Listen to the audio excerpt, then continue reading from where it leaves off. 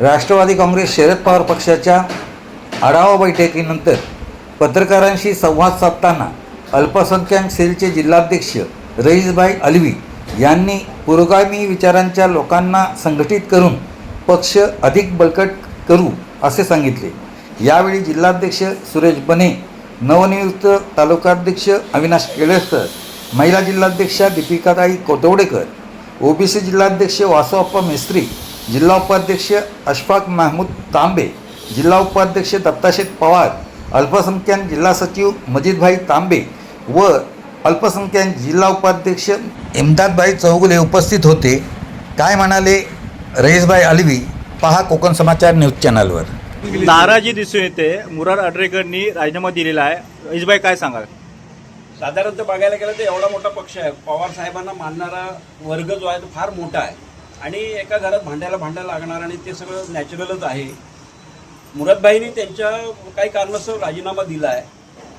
ते पक्ष वरिष्ठांकडे त्यांनी दिला होता, त्यांच्या तो वैयक्तिक मर्जीचा विषय होता आणि त्यांचा राजीनामा मंजूर झाला आहे म्हणून जिल्हाध्यक्षांनी नवीन नेमणूक केली राजेश केळकर यांची तालुकाध्यक्ष म्हणून। राग किंवा द्वेष किंवा कोणाला मागे ठेवणं पुढे येणं हा काही विषय नाही आहे। पवारसाहेबांना मानणारा जो वर्ग आहे सगळे ते आम्ही एकत्रितपणे सगळे काम करत आहोत आणि सगळ्यांना एकत्रितपणे घेऊन आम्ही पुढे जाणार आहे। हेवे दावे कोणाचे काय ह्याच्यामध्ये नाही आहे। तसं बघायला गेलं तर थोडंसं ठीक आहे, मीडिया इश्यूज आणि हे सगळं ते असतं, ते सगळ्या पक्षातच असतं ते।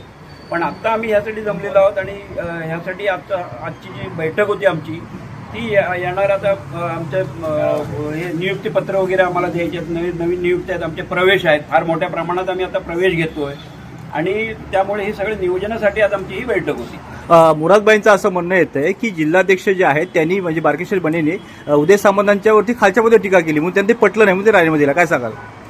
आता कसं आहे माहिती आहे काय, त्यांनी राजीनामा दिला, कारणं त्यांनी काय टाकली हे त्यांना माहिती। आता मला हे माहिती नव्हतं, तुम्ही बोललात म्हणून मला असं समजलं की ते जिल्हाध्यक्षांवर नाराज असतील किंवा काय, हे आता तुम्ही बोलल्यावर मला कळलं। पण साधारणतः ज्यावेळी त्यांनी राजीनामा दिला त्यावेळी असे काही विषय समोर आले नव्हते। होऊ शकतं मीडिया इश्यू असेल, होऊ शकतं ते नाराज असतील, पण त्यांचं पर्सनल त्यांनी काय केलं, मग जर नाराज असते तर त्यांनी मग काय करायला पाहिजे होतं? खरं तर मी काय ॲडवाईस देणं किंवा त्यांना सांगण्यावेळेवर मोठा नाही आहे, पण त्यांनी मग पक्षातच राहून, पवार साहेबांना मानणारेच आहेत ते, पण पक्षातच राहून आम्हाला सगळ्यांना घेऊनच मग त्यांनी ते राऊंड टेबलमध्ये आपल्याला ती चर्चा करायला पाहिजे होती, मला असं वाटतंय। मला ते नाराज कशामुळे आहेत किंवा त्या जिल्हाध्यक्ष त्यांना नकोत वगैरे असा काही विषय माझ्यापर्यंत नाही, पण जर असं काय असेल धरून चाला तर त्यांनी ते राऊंड टेबल, आता आम्ही सगळे बसलो होतो, सगळ्यांचीच मतं आमची पटत नव्हती, कोणाला वर कोणाला खाली, इकडे तिकडे हे सगळं चालू राहतं ना शेवटी, कारण पक्ष फार मोठा आहे, पवार साहेबांना मानणारा हा वर्ग फार मोठा आहे, त्याच्यामुळे ह्या सगळ्या गोष्टी आहेत असं मला तरी वाटतंय। शेवटचा प्रश्न असा आहे की त्यांनी फक्त तालुकाध्यक्ष पदावर राजीनामा दिला आहे, सदस्य पदावर राजीनामा दिलेला नाही। शरद पवार साहेबांनी त्यांनी भेट घेतलेली आहे, शरद पवार साहेबांची भेट घेतली आहे, म्हणजे मुरादभाई ठाम राहतील का? ॲक्च्युली त्यांनी पदाचा राजीनामा दिला आहे हे 100% बरोबर आहे।